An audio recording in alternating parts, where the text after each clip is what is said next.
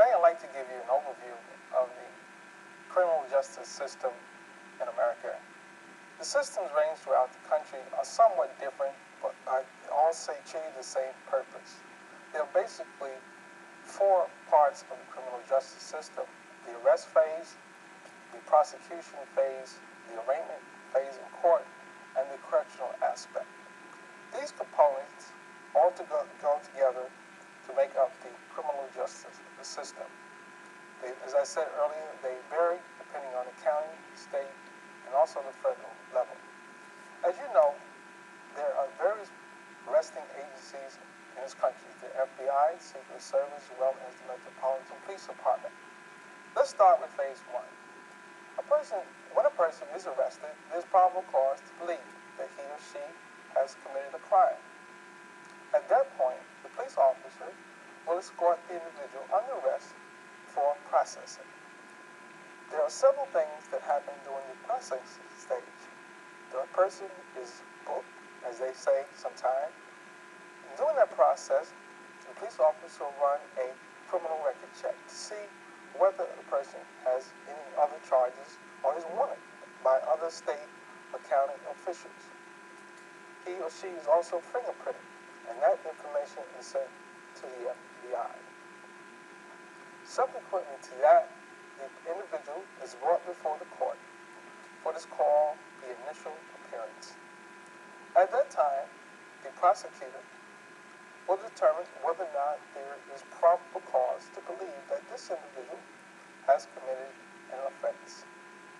It's at that point that if there's no probable cause to believe, the person can be released, and it's called no paper. The case is then no paper. If the prosecutor feels that the individual has committed offense, he will hold the case for what is called a preliminary hearing. At this point, the defendant appears before the court for what is called, again, the preliminary hearing. It's at that time the prosecutor will present evidence before the judge as to the defendant's conduct in the community for that particular crime. If the court finds probable cause at that point, the individual will be detained for an arraignment.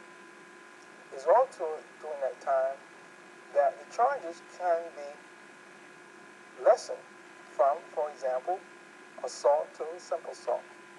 And also the defendant may be able to plead guilty to a lesser included offense such as simple assault. If not, the case continues to the arraignment part. The arraignment part will consider the defendant appearing before the court, at which time he or she will plead guilty or not guilty to the formal charges presented by the prosecutor. The formal charges are made up in two forms. One is called an indictment, the other called an information. The information is the formal charges, written charges by the prosecutor. The indictment is handed down from the grand jury. At the time the defendant, if he pleads guilty to the offense, a trial date is set.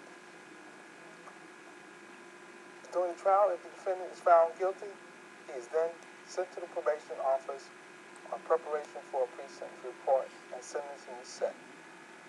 At that time, the defendant is sentenced, and he's incarcerated at the criminal justice system part. He will remain in custody of the Department of Corrections or whatever correctional facility for the time he is sentenced and released